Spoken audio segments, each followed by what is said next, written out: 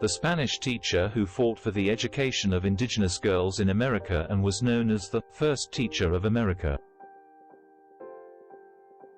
Lorena Badajoz 1490 Texcoco, Mexico, 1546.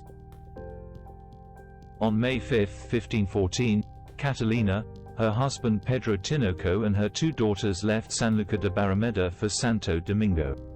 The New World was not an easy place for anyone, least of all for women. Catalina was widowed and decided that the best way to raise her family would be to educate the daughters of noblemen, adventurers and explorers.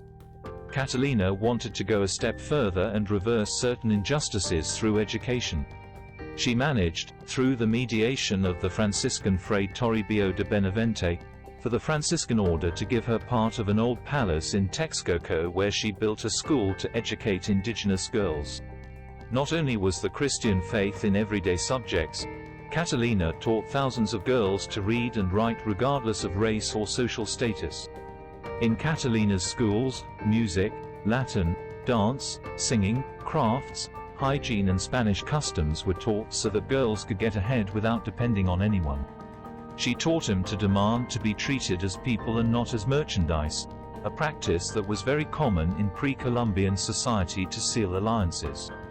Catalina had to overcome all kinds of difficulties to maintain her educational system, which was an authentic revolution in the Mexican tribes of the 16th century. In 1520, a mayor of the town of Antequera in the Oaxaca Valley fell in love with Inesita, a student of Catalina de Bustamante and daughter of a well-known chief. The mayor decides to kidnap the girl with the impunity of her charge. Catalina asks for the protection of Bishop Juan de Zumoraga, but they are unable to free Inesita. Catalina uses all her resources and writes to the very Queen of Spain, Isabel of Portugal, who took action on the matter, resolved the grievance and laid the foundations for rights for the mestizo girls of America that they had never had before. Furthermore, Empress Elizabeth decided to reinforce Catherine's work by sending more teachers to America. In a short time she informed the Council of the Indies of the government of more than 10 schools in various towns, Texcoco, Atumba, Coyocorn, Tlamalnaco, Cuititlan. With about 4,000 boarders, who were both daughters of chiefs and poor girls. The establishments were supported by contributions in kind from the chiefs and donations from Spanish ladies. The teaching model in the Extremaduran centers worked in an exemplary manner.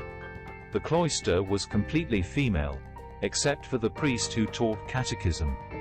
In a few years they managed to eradicate bad customs from native societies such as polygamy and the sale of girls.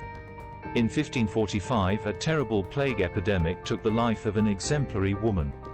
A statue in her honor, in Texcoco, immortalizes her life and work with the motto, Teacher Catalina de Bustamante, America's first educator. Quote,